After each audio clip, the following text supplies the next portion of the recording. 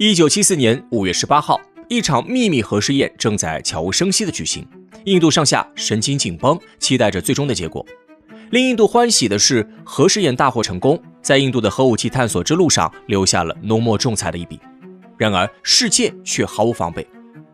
在大多数人看来，贫弱拉垮的印度想要开发出核武器，简直是天方夜谭。毕竟，印度的军工史上确实发生过太多令人啼笑皆非的故事。比如导弹误射巴基斯坦、军机坠毁、自炸潜艇等等。可是，一次意想不到的奇迹却给印度带去了机遇。二战的硝烟炮火让核武器进入了全人类的视野，于是拥有属于自己的核武库几乎是每个国家的心愿。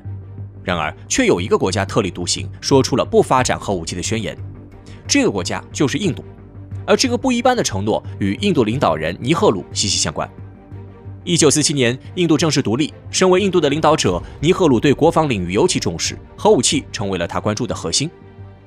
比起研究军用核设备，尼赫鲁更愿意发展民用核设备。建国后不久，政府就成立了原子能委员会，让印度成为了核工业领域的佼佼者。但是，尼赫鲁挥舞着和平利用核能的大旗，再三强调印度会优先发展经济，然后再致力于国防。因此，即便研究核能，也是为经济服务。不仅如此，尼赫鲁在国际上也进行了同样的表态。他认为人类应当限制使用核能，否则终有一日将为自己带来灭顶之灾。在此背景下，无论是核裁军还是禁止核试验，都有充分的必要。尼赫鲁甚至提出，消灭所有核武器才是人类的终极目标。而尼赫鲁为印度所选定的方向，实际上与时代的潮流相契合。当时，两场世界大战已经令全人类疲惫不堪，和平发展成为主流。在战争里，核武器的威力让世界震颤，各国联手约束核武器的心情也相当迫切。因此，尼赫鲁顺应时代，限制军工核武的发展，反倒为印度找到了更好的机遇。由于印度态度积极，不少发达国家都愿意向印度伸出援助之手，协助印度利用核能发展经济。1956年，在英国的帮助下，印度建立了第一个研究型反应堆，开局良好。然而，好景不长，到了60年代，印度国内风向骤变，一场与核武器有关的争论在所难免。需要明确的是，在核武器问题上，印度国内向来就不是一条心，军事上的分歧反馈出政治力量的比拼角逐。从最开始印度政府内部就有一派狂热的核武器支持者，只不过碍于局势，不得不暂时屈服于尼赫鲁。其实，早在1962年，印度内部就爆发过一次激烈争吵。当时，人民联盟公开与尼赫鲁唱起了反调，要求重新评估国防政策，扩充军备。换言之，就是得发展属于印度的武装核力量。除了人民联盟之外，无论是执政的国大党，还是其余在野党，都有着各自的想法，难以形成统一意见。到了1963年，争论持续升级，身为领袖的尼赫鲁不得不站出来发声。在3月25号的公开演讲里，尼赫鲁再三强调，印度从发展核能的第一天起就决定不制造核武器。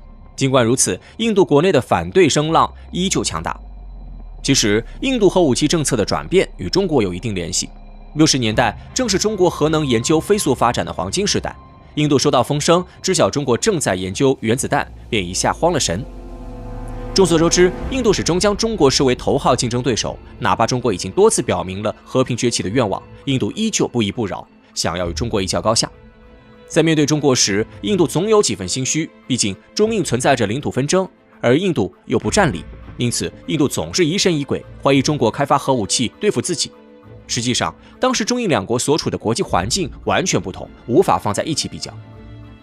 中国研究核武器更多是为了自保，而印度并未面对国际上的压力，缺乏研究核武器的正当动力。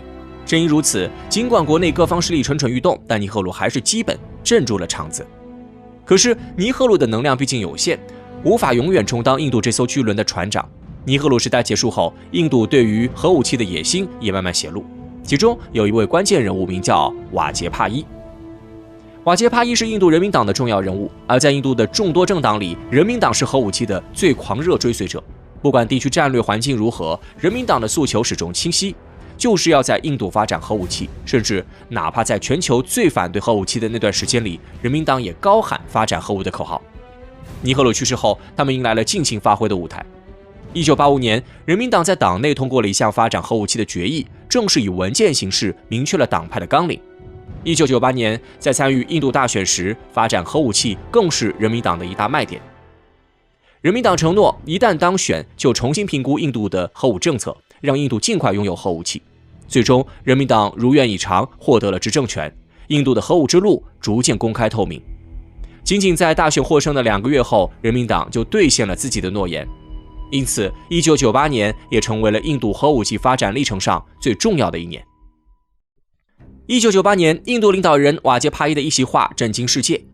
瓦杰帕伊公开表示，从今往后，印度就是拥核国家，并且进行了多次公开核试验。